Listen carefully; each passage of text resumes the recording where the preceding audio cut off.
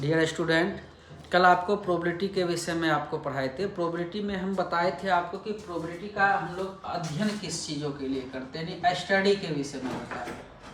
तो प्रोबेबिलिटी का जो हम लोग अध्ययन करते हैं इसका नॉमरिकल स्टडी, संख्यात्मक मान के रूपों में प्रोबेबिलिटी का अध्ययन किया जाता है। तो जो नहीं पढ़े थे तो कल जो है बैक में वॉल्यूम फर्स्ट पार्ट 1 लिखा हुआ रहेगा, आप देख लीजिएगा वीडियो में पार्ट फर्स्ट लिखा हुआ रहेगा। इसमें इंट्रोड्यूस्ड किए हैं प्रोबेबिलिटी के विषय में, तो आप देख लीजिएगा पार्ट वॉल्यूम पार्ट फर्स्ट पढ़ के। आज हम पार्ट सेकंड का चर्चा कर रहे हैं जिसमें डिस्क्रीट स्पेस, सैंपल पॉइंट और इवेंट का बारे में बताएंगे। तो अब यहाँ ध्यान दीजिएगा, कल जो हम पढ़ाए थे एक बार हमको रिपीट कर देते हैं। कल हम क्या क्या पढ़ाए थे आपको कि सबसे पहले कि प्रोबेबिलिटी का अध्ययन पढ़ाए थे, स्टडी किसके बारे में हम लोग प्रोबेबिलिटी क्यों पढ़ते हैं, इसका अध्ययन क्यों करते हैं, इसके विषय में बताए थे।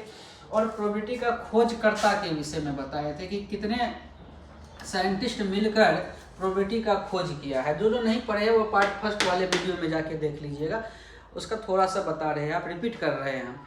उसके बाद आपको हम पढ़ाए थे कि प्रोबेबिलिटी जो आधारित है, प्रोबेबिलिटी जो आधारित है पूर्ण रूपेण या सेट थ्योरी पर आधारित है। प्रोबेबिलिटी जो आधारित है किस चीज़ों पर आधारित है, प्रोबेबिलिटी आधारित है या सेट थ्योरी पर, किस चीज़ों पर आधारित है। यह पूरा बेस जो है प्रोबेबिलिटी का बेस जो है किस चीज़ों पर है, सेट थ्योरी पर, इसका चर्चा किए थे। तो इतना करने के बाद आपको हम प्रोबेबिलिटी में बताए थे रैंडम एक्सपेरिमेंट। तो रैंडम एक्सपेरिमेंट में हम आपको क्या बताए थे, जरा ध्यान दीजिएगा कि रैंडम एक्सपेरिमेंट उसको कहते हैं कि ऐसा कोई प्रयोग जिसकी हम भविष्यवाणी नहीं कर सकते, उसे रैंडम एक्सपेरिमेंट कहते हैं। इसे रैंडम एक्सपेरिमेंट में कई एग्जाम्पल भी बताए थे, जैसे सिक्का को उछालना रैंडम एक्सपेरिमेंट हो गया। जैसे एक बताए थे आपको कि डाइस को फेंकना, जैसे डाइस को फेंकेंगे तो वह भी एक प्रकार का रैंडम एक्सपेरिमेंट हुआ। एक बताए थे कि मान लीजिए बड़ा सा बैग है और उस बैग में बॉल है और ढेर सारा बॉल का मिक्स है, जैसे वाइट बॉल है, ब्लैक बॉल है, रेड बॉल है। अगर हम उसमें से कहेंगे वाइट बॉल निकाले तो यह भी एक रैंडम एक्सपेरिमेंट आ गया। तो रैंडम एक्सपेरिमेंट उसको कहते हैं जिसको हम लोग भविष्यवाणी नहीं कर सकते। तो कल रैंडम एक्सपेरिमेंट के बाद एक चीज़ और बताए थे, सैंपल स्पेस। सैंपल स्पेस किसको कहते हैं, यहाँ ध्यान दीजिएगा। कल एक चर्चा हम किए थे सैंपल स्पेस का, इस पर कई एग्जाम्पल भी बताए आपको सैंपल स्पेस का। तो सैंपल स्पेस को सबसे पहले सूचित करते हैं एस से। किससे सूचित करते हैं सैंपल स्पेस को, तो एस से सूचित करते हैं। तो सैंपल स्पेस में हम आपको क्या बताया कि जैसे सिक्का का उछालना, तो सिक्का में कितने पहलू होते हैं, तो 2 पहलू होते हैं, एक हेड का होता है, एक टेल का होता है। तो ये 2 पहलू जो आया, इस 2 पहलू को हम लोग बोलते हैं सैंपल स्पेस। इस हेड और टेल को सूचित करते हैं एस से। जैसे हम डाइस का बात किए, छक्का का बात किए, तो छक्का में कितने पहलू आया, तो इसका सैंपल स्पेस छक्का की बात करेंगे तो 1 2 3 4 5 6 ये सारा सैंपल स्पेस हो गया। जैसे कल चर्चा किए थे, या तो एक कॉइन के केस में हो गया, एक कॉइन का सैंपल स्पेस हेड और टेल बन गया। अगर इसी में हम 2 कॉइन की बात करें, मान लीजिए 2 कॉइन, एक हेड टेल और हेड टेल, तब सैंपल स्पेस की बात करें तो हेड, उसके बाद हेड टेल, उसके बाद टेल हेड, उसके बाद टेल। तो ये सैंपल स्पेस बना। तो एक सिक्के के केस में सैंपल स्पेस हेड और टेल का बनता है। 2 सिक्के के केस में सैंपल स्पेस देखिए कितने बन गए, 4 बन गए। कौन कौन, एच टी, टी एच और टी टी। उसी प्रकार हम बताए थे 2 डाइस के केस में, तो 2 डाइस के केस में सैंपल स्पेस मेरा बना था 36। कितने बने थे, 36। तो आप देख लीजिएगा पिछले वीडियो में जाके, वो पार्ट फर्स्ट में मिलेगा आपको। और सभी से अनुरोध है कि अगर आपको अच्छे लगे वीडियो, पढ़ने में अच्छा लग रहा है, तो 11th और 12th आपको पूर्ण ज्ञान हो जाएगा। अभी हम प्रोबेबिलिटी चालू की है, प्रोबेबिलिटी का थ्योरी चालू की है। तो अगर आप अच्छे से पढ़ेंगे, सारे वॉल्यूम को देखेंगे, तो उम्मीद है कि प्रोबेबिलिटी आपको कहीं पढ़ना नहीं पड़ेगा, आप अच्छे से समझ जाएंगे। तो प्रोबेबिलिटी का पार्ट फर्स्ट पिछले वीडियो में होगा, आज हम पार्ट सेकंड बना रहे हैं। तो पार्ट सेकंड इसी प्रकार प्रोबेबिलिटी के 10 पार्ट के लमसम आएंगे। वीडियो, और उस वीडियो को अगर अच्छे से देख लेंगे तो थ्योरी अगर आपको समझ में आ जाएगा तो उसके बाद हम सॉल्यूशन आपको बताएंगे, प्रोबेबिलिटी का सॉल्यूशन बताएंगे, कई एग्जाम्पल दे के बताएंगे। तो वह सारा एग्जाम्पल आपको कवर कर लेंगे तो प्रोबेबिलिटी आपको 11th 12th आगे भी अगर भविष्य में जैसे ग्रेजुएशन में भी पढ़ना पड़ता है उसमें आपको किसी प्रकार का कोई परेशानी नहीं होगा। तो प्रोबेबिलिटी को आप अच्छे से देखें, अच्छे से समझे। चलिए आज हम चर्चा कर रहे हैं पार्ट सेकेंड में डिस्क्रीट स्पेस। डिस्क्रीट स्पेस कहते किसको है?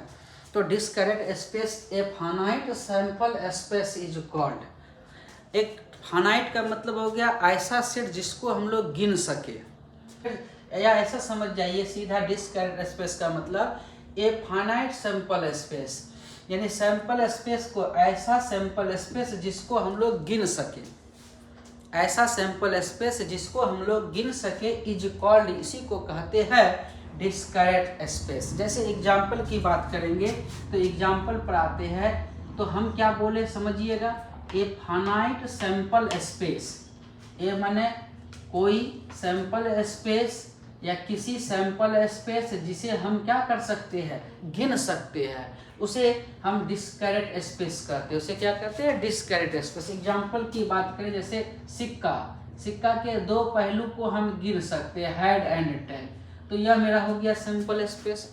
जैसे डाइस, डाइस के सभी एलिमेंट को हम लोग गिन सकते हैं, 1 2 3 4 5 6, यह हो गया सैंपल स्पेस। अब समझते हैं सैंपल पॉइंट किसको कहते हैं। ये सैंपल पॉइंट तो यहाँ पढ़िएगा, elements of a sample space, elements of a sample space, किसी सैंपल स्पेस का एलिमेंट आर कॉल्ड कहलाता है सैंपल पॉइंट। तो सैंपल पॉइंट जाने कि सैंपल स्पेस में के अंदर जो एलिमेंट रहेगा, सैंपल स्पेस के अंदर जो एलिमेंट रहेगा उसको सैंपल पॉइंट कहते हैं। जैसे यह सैंपल स्पेस है, यहाँ भी सैंपल स्पेस हेड टेल का, यहाँ भी देखिए सैंपल स्पेस किसका है, 1 2 3 4 5 6 का। तो सैंपल स्पेस सुनिएगा, elements of a sample space, यानी किसी सैंपल स्पेस के एलिमेंट को कहा जाता है सैंपल पॉइंट। तो सैंपल स्पेस में के अंदर जितना भी एलिमेंट रहेगा, तो सैंपल स्पेस के अंदर देखिए यहाँ दो एलिमेंट, एक हेड का दूसरा टेल का है। यहाँ देखिए सैंपल स्पेस के अंदर 6 एलिमेंट है, एक 1 2 3 4 5 6, ये सभी एलिमेंट्स को हम लोग कहेंगे सैंपल पॉइंट। तो एग्जाम्पल की बात करें, देखिए example number first, sample space मान लिए head and tell.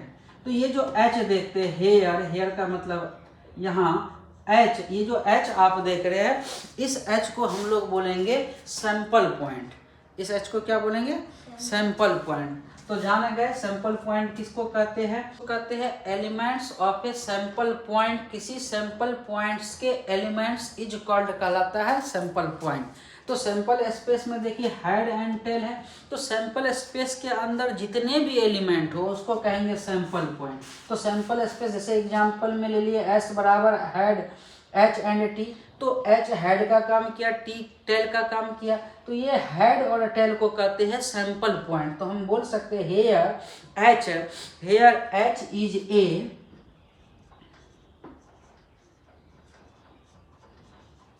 Sample point, H is a sample point of S, यानी H जो है सैंपल पॉइंट है, किसका है, सैंपल स्पेस का। जैसे T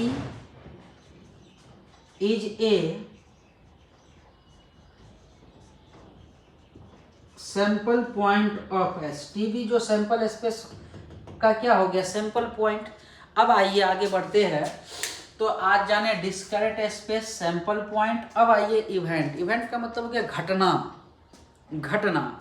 तो इवेंट का मतलब क्या होता है, घटना। तो जैसे यहाँ ध्यान दीजिए, घटना, जैसे हम एक सिक्का लिए, उछाले उसको, जैसे सिक्का को उछाले तो घटना कितने घट सकते हैं, उसमें 2 घट सकते हैं। कौन कौन, एक हेड का, दूसरा किसका, टेल का। तो यहाँ ध्यान दीजिए, कम टू द पॉइंट, यहाँ ध्यान दीजिएगा, करा all possible subsets of a sample space, यानी सैंपल स्पेस अभी तुरंत बताया आपको, सैंपल स्पेस पिछले क्लास में आपको बताए थे, अभी भी चर्चा की है थोड़ा सा।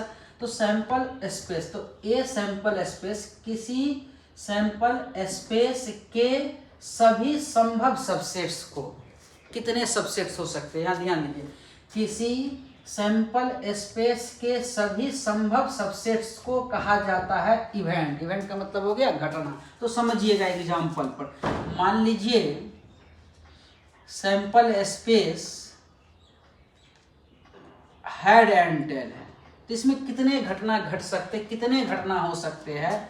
तो सैंपल स्पेस, तो देखिए यहाँ ध्यान दीजिए, ऑल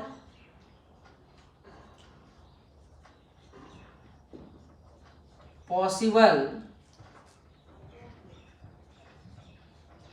सबसेट्स आर, कितने हो सकते हैं, मान लीजिए सैंपल स्पेस है। देखिए जब भी ऑल पॉसिबल सबसेट्स कहें निकालने के लिए, तो सबसे पहले जब कोई घटना नहीं घट रहा हो तो इसमें छिपा हुआ रहता है फाई एलिमेंट, जिसको कहते हैं नल।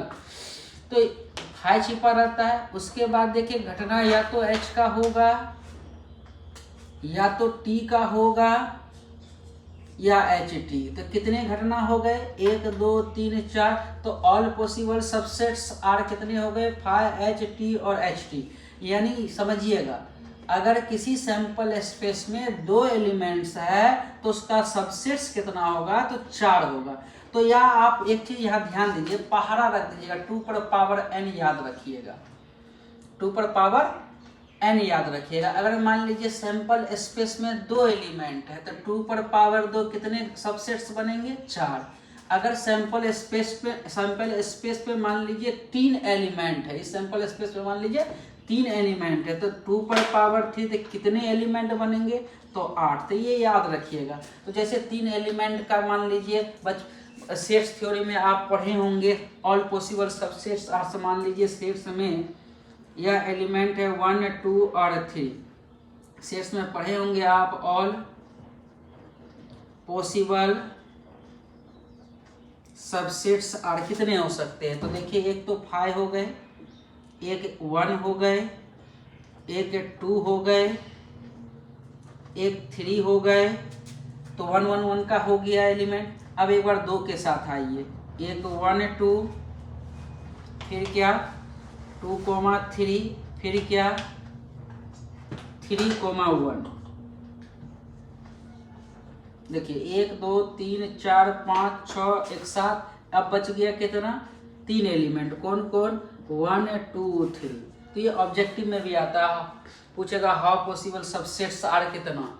तो अगर एलिमेंट्स 2 रहे तो पॉसिबल सबसेट्स होगा कितना, 4। अगर एलिमेंट्स 3 रहे तो पॉसिबल सबसेट्स कितना होगा, 8। तो अब इतना निकालने का जो है, मान लीजिए एलिमेंट्स सैंपल स्पेस में एलिमेंट्स 4 रहे, तो 4 रहे तो पॉसिबल सबसेट्स आर कितना होगा, तो 2 पर पावर 4 कितना हो जाएगा, 16। तो आप जाने आज किसके विषय में, इवेंट्स के बारे में। तो यहाँ फिर से सुनिएगा, डिस्क्रीट स्पेस किसको कहते हैं, सैंपल पॉइंट किसको कहते हैं, इवेंट किसको कहते हैं। एक बार रिपीट करें, डिस्क्रीट स्पेस ऐसा सैंपल स्पेस जिसको हम लोग गिन सके। सैंपल पॉइंट किसको कहते हैं, सैंपल स्पेस के अंदर जितने भी एलिमेंट रहे उसको सैंपल पॉइंट कहते हैं। इवेंट्स किसको कहते हैं, सैंपल स्पेस के सभी सबसेट्स को, सैंपल स्पेस के सभी सबसेट्स को इवेंट कहते हैं। उसके बाद आ जाइए, एक चीज और यहाँ देखिएगा, ये जो ऑल पॉसिबल सबसेट्स आर लिखे, फाई, एच टी और एच टी, इसी को घटना बोलते हैं, इसको बोलते हैं इवेंट। जैसे यहाँ 4 घटना हुआ, तो 4 घटना E1 हो गया फाई, दूसरा घटना क्या हो गया E2 जिसको बोलते हैं एच यानी हाइड, तीसरा घटना E3 यानी टेल, और चौथा घटना हो गया आपका एच टी यानी हेड और टेल। तो यहाँ समझ लीजिएगा, सैंपल स्पेस और इवेंट को सूचित करते हैं, यानी घटना को सूचित करते हैं, किस चीज से देख के सूचित किए हैं, ई से। यानी पहला घटना को E1 मान लिए, दूसरा को E2 मान लिए, तीसरा को E3 मान लिए और चौथा को E4 मान लिए। तो कोई दिक्कत। अब यहाँ ध्यान दीजिए, यहाँ से ध्यान दीजिएगा, एक लॉजिकल चीज क्या है कि सैंपल स्पेस और घटना को देखिए, जरा ध्यान दीजिए। सैंपल स्पेस और घटना को, पॉसिबल सबसेट्स किसको कहते हैं, इसके विषय में भी हम चर्चा करें। सबसेट्स, यहाँ जो सबसेट्स की बात करें तो हम इस चीजों को बोल सकते हैं कि ये जो घटना है, घटना जो है ई जो होगा सबसेट्स, इसको सूचित करते हैं सबसेट। इसको बोलते हैं क्या, सबसेट्स। ई सबसेट हुआ एस का। तो अब सबसेट्स के बारे में जानिए, सबसेट्स होता क्या है, सबसेट्स होता है क्या। तो देखिए, अगर ई का सारा एलिमेंट, ये जो घटना देख रहे हैं ना, इस ई का सारा एलिमेंट अगर इस एस में हो तो हम इसको बोलेंगे कि ई जो है सबसेट हुआ एस का। ई का सारा एलिमेंट, देखिए ई का सारा एलिमेंट अगर एस में हो तो हम बोलेंगे ई जो हुआ सबसेट किसका हुआ, एस का। तो इसमें कुछ नहीं दिख रहा है, तो फाइव देखिए इसमें है लेकिन दिख नहीं रहा है। तो ई का सारा एलिमेंट देखिए फाइव भी है इसमें, ई का सारा एलिमेंट बोले एच भी है इसमें, ई का सारा एलिमेंट देखिए टी भी है इसमें, ई का सारा एलिमेंट एच टी भी है इसमें। तो इसको हम लोग बोलते हैं सबसेट। इसलिए हम इस चीज़ों को लिख सकते हैं, ई जो हुआ सबसेट हुआ किसका, एस का। तो एक रिमार्क आप याद रखिएगा, एक रिमार्क में आप इस चीज़ों को लिखिएगा,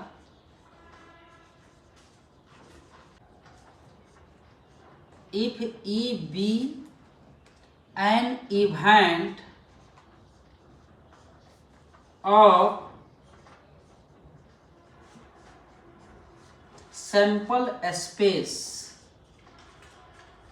एस।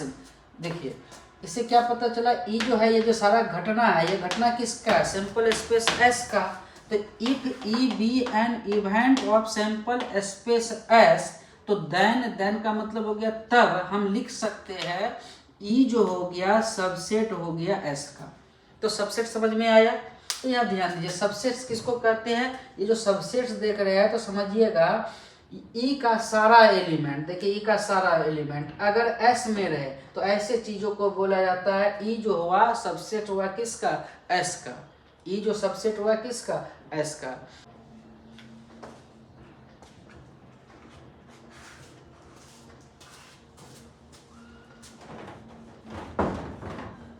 इवेंट के बाद अब आ जाइए basic kinds of events.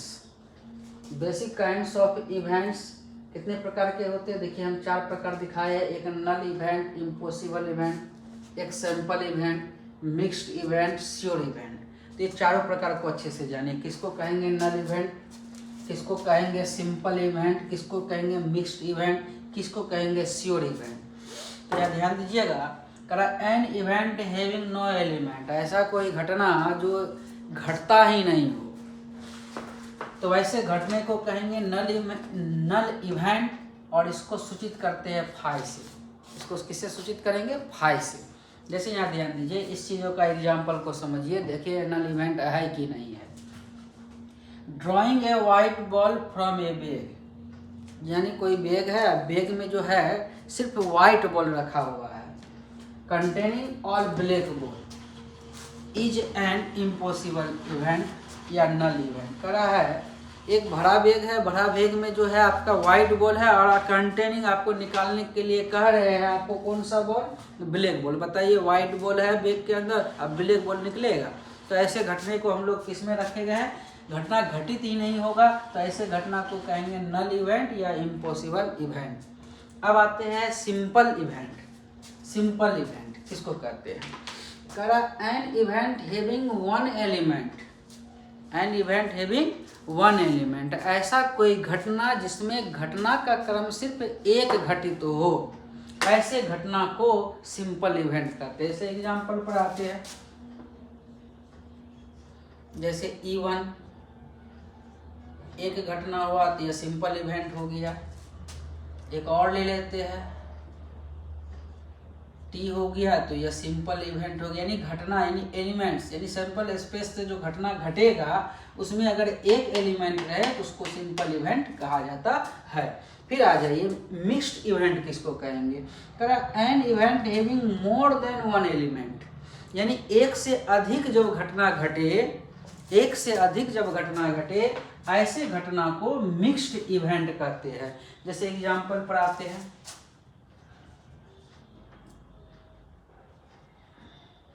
E1 बराबर हेड टेल, E2 बराबर जैसे 1 2, ये भी तो घटना हो गया। तो ऐसे घटना को हम लोग क्या कहते हैं, मिक्स्ड इवेंट, एक से अधिक घटना। तो एक से अधिक घटना है, तो जैसे एक और ले लीजिए E3 बराबर 1 2 3, एक से अधिक घटना हो गया। अब आ जाइए sure event, an event equal, ऐसा कोई घटना जो बराबर हो to the sample space, sample space के बराबर। ऐसी कोई घटना जो सैंपल स्पेस के बराबर हो उसे कहा जाता है श्योर इवेंट। जैसे इसका एग्जांपल ले लेते हैं, श्योर इवेंट का एग्जांपल, जैसे मान लीजिए घटना हो गया हेड टेल। तो यह जो घटना देख रहे हैं here is a sure event और किस चीज का श्योर इवेंट हो जाएगा, सैंपल स्पेस का। देखिए कैसे सैंपल स्पेस का इसको श्योर इवेंट कहे। मान लीजिए एक सिक्का है, तो एक सिक्का में समझिएगा आप, एक सिक्का में सैंपल स्पेस क्या होगा, हेड एंड टेल। तो इसका अभी तुरंत हम पढ़ाए थे इवेंट में, all possible subsets are, all possible subsets are. बताइए कितने पॉसिबल सबसेट्स हो सकते हैं, एक होंगे 5, दूसरा होंगे हेड यानी घटना का क्रम, तीसरा घटना का क्रम हो सकता है टेल, चौथा घटना का क्रम हो सकता है हेड और टेल। अब इसका डिफिनेशन में आइएगा श्योर इवेंट का, क्या कर रहा है, एन इवेंट ऐसा घटना इक्वल, इक्वल का मतलब बराबर होगा किसका, टू द सैंपल स्पेस का, सैंपल स्पेस का। इसी को हम लोग क्या कहेंगे, श्योर इवेंट। तो यहाँ ध्यान दीजिए, सैंपल स्पेस मेरा हेड टेल है, घटना देखिए कहाँ बराबर है, बराबर नहीं है, ये भी बराबर नहीं है इसका, ये भी इसका बराबर नहीं। जरा E4 को देखिए आप, हेड एंड टेल बराबर हुआ। तो ऐसे घटना को हम लोग क्या बोलेंगे, श्योर इवेंट। ऐसे घटना को क्या बोलेंगे, श्योर इवेंट। जब सैंपल स्पेस घटने के बराबर हो जाए, किसी घटना के बराबर हो जाए, तो उसको हम लोग रखते हैं श्योर इवेंट में। तो आज चलिए नेक्स्ट आते हैं, नेक्स्ट में बढ़िए आगे, म्यूचुअली एक्सक्लूसिव इवेंट। समझिएगा म्यूचुअली एक्सक्लूसिव इवेंट, म्यूचुअली का मतलब होता है परस्पर, एक्सक्लूसिव का मतलब होता है निवारण, और इवेंट का मतलब होता है घटना, परस्पर निवारण घटना। तो यहाँ ध्यान दीजिएगा, दो घटना है, यानी दो घटना का नाम दिया है ए और बी, आर कॉल्ड कहलाता है म्यूचुअली एक्सक्लूसिव, यानी म्यूचुअली एक्सक्लूसिव कहलाता है इफ, कंडीशन देखिए क्या कर रहा है, ए इंटरसेक्शन बी इक्वल 5। अगर दो घटनाओं का इंटरसेक्शन निकालेंगे, अगर वह 5 के बराबर हो, तो ऐसे घटना को रखा गया है म्यूचुअली एक्सक्लूसिव इवेंट में। तो अब सवाल उठता है, तो थोड़ा सा देखिए ये चिन्ह को कहते क्या है। तो सेट्स का चीज है यह। तो हम बताए भी थे आपको कि प्रोबेबिलिटी जो है पूर्ण रूपेण सेट्स थ्योरी पर आधारित है। तो ये जो प्रोबेबिलिटी का जो थ्योरम चलता है, यह थ्योरम जो है पूर्ण रूपेण किस पर आधारित है, तो सेट थ्योरी के सिद्धांत पर। तो सेट थ्योरी का देखिए बारंबार सेट्स थ्योरी आ रहा है, जैसे इंटरसेक्शन अभी आ गया है। तो इसको जो आप देख रहे हैं, ऐसा जो चिन्ह देख रहे हैं, इसको हम लोग पढ़ते हैं इंटरसेक्शन, इंटरसेक्शन। कभी भविष्य में आप ये वाला भी चिन्ह देखेंगे, जिसको हम लोग बोलते हैं यूनियन। तो समझिए इंटरसेक्शन और यूनियन कॉन्सेप्ट ले लीजिए मेरा एक। अगर कहीं पर ये चिन्ह देखेंगे इंटरसेक्शन, तो इसको आप लोग समझिएगा कॉमन टर्म है हमारे हिसाब से। अगर ये चिन्ह कहीं पर देखेंगे तो इसको समझिएगा ऑल टर्म हमारे हिसाब से। अगर कोई सेट्स रहेगा, इसमें ये चिन्ह रहेगा, तो कॉमन टर्म उस 2 सेट्स में, 3 सेट्स में, 4 सेट्स में, कई सेट्स रह सकते हैं। तो कॉमन टर्म ढूंढ के निकाल लेंगे।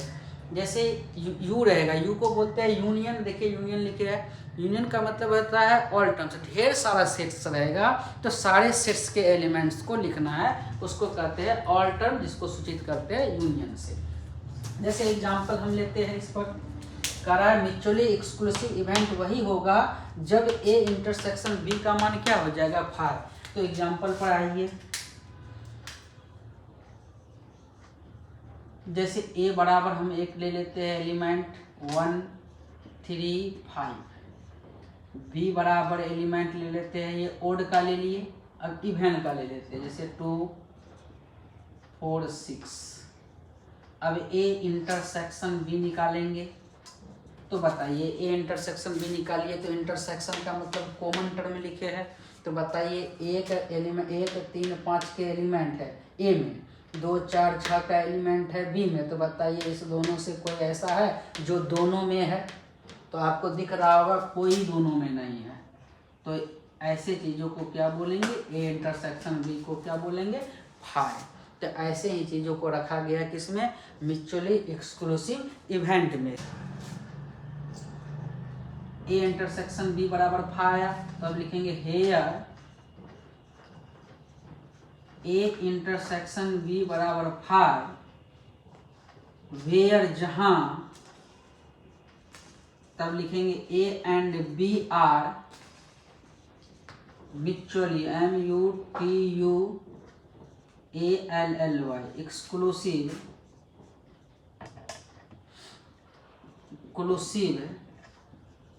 Event. Mutually exclusive and exhaustive event. तो म्यूचुअली एक्सक्लूसिव में आपको हम क्या पढ़ा है कि ए इंटरसेक्शन बी का मान अगर 5 आ जाए तो म्यूचुअली एक्सक्लूसिव इवेंट हो गया। मान लीजिए ढेर सारा घटना आ जाए, जैसे यहाँ देख लीजिए ना, event E1 E2 E3 dot dot dot EN तक ढेर सारा घटना है इन ए सैंपल स्पेस S, किसी सैंपल स्पेस S में, तो उसी को कहा जाता है mutually exclusive and exhaustive event. तो इसके कंडीशन को याद रखिएगा ढेर सारा घटना में। तो अगर ढेर सारा, देखिए इसकी कंडीशन को याद रखिएगा, phi is not equal to each EACH each EI subset S। दूसरा कंडीशन याद रखिएगा, EI intersection EJ equal to 5 where EI is not equal to EJ, EI is not equal to EJ। तीसरा condition याद रखिएगा, जैसे ढेर सारा घटना है ना, E1 E2 E3 कहाँ तक EN तक, तो E1 union E2 union E3 union dot dot dot union EN। तो यूनियन का मतलब ऑल टर्म, जरा ध्यान दीजिएगा, ऑल टर्म करेंगे तो यह किसके बराबर हो जाएगा, सैंपल स्पेस के बराबर। तो यहाँ ध्यान रखिएगा क्या क्या आपको पढ़ाई, म्यूचुअली एक्सक्लूसिव इवेंट जब ए इंटरसेक्शन बी इक्वल 5 के बराबर mutually exclusive event, mutually exclusive and exhaustive event कब होगा, तो ये 3 कंडीशन को याद रखिएगा। अब नेक्स्ट आइए, प्रोबेबिलिटी ऑफ एन इवेंट, किसी घटना की प्रायिकता। किसी घटना की प्रायिकता क्वेश्चन भी पूछता है, इसके विषय में जान जाते हैं। कोई भी घटना है उसकी प्रायिकता कैसे निकालेंगे, देखिए।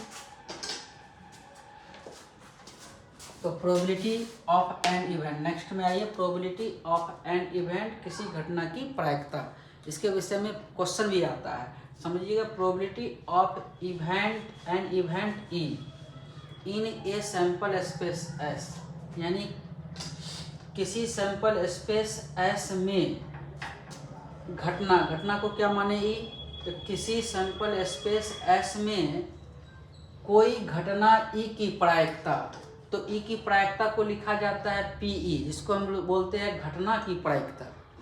PE को क्या बोलते हैं, घटना की प्रायिकता। एंड डिफाइंड एज, ये परिभाषित होता है, जब भी घटना की प्रायिकता कहे निकालने के लिए, PE कहे निकालने के लिए, तो आप क्या कीजिएगा, घटना की प्रायिकता की संख्या यानी NE बटे सैंपल स्पेस की संख्या यानी NS, ये काम कर लेंगे तो घटना की प्रायिकता निकल जाएगा।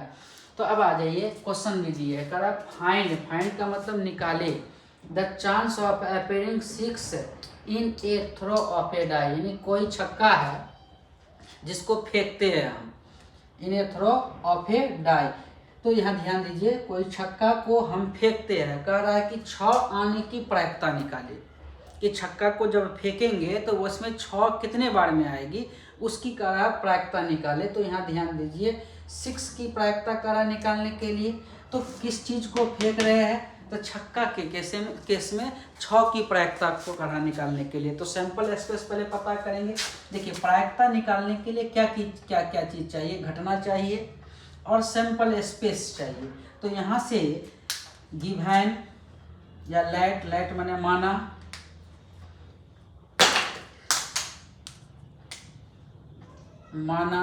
सैंपल स्पेस क्या है मेरा, डाई है। तो डाई देख लीजिए 1 2 3 4 5 6। किसका प्रायिकता करा निकालने के लिए 6 का आने की प्रायिकता। तो घटना मेरा कितना हो रहा है 6, इसमें घटना क्या आ रहा है 6। तो कह रहा है कि find the chance of an, प्रायिकता निकाले, घटना की प्रायिकता निकाले। क्या कह रहा है पीई निकाले। तो बोलिए पीई बराबर फार्मूला ऊपर देख लीजिए NE बटे NS। तो NE देखिए घटना का क्रम कितना हो गया 1, सैंपल स्पेस का देखिए 1 2 3 4 5 6, दिस इज आंसर। अब आ जाइए इस चीज में क्वेश्चन नंबर सेकंड में।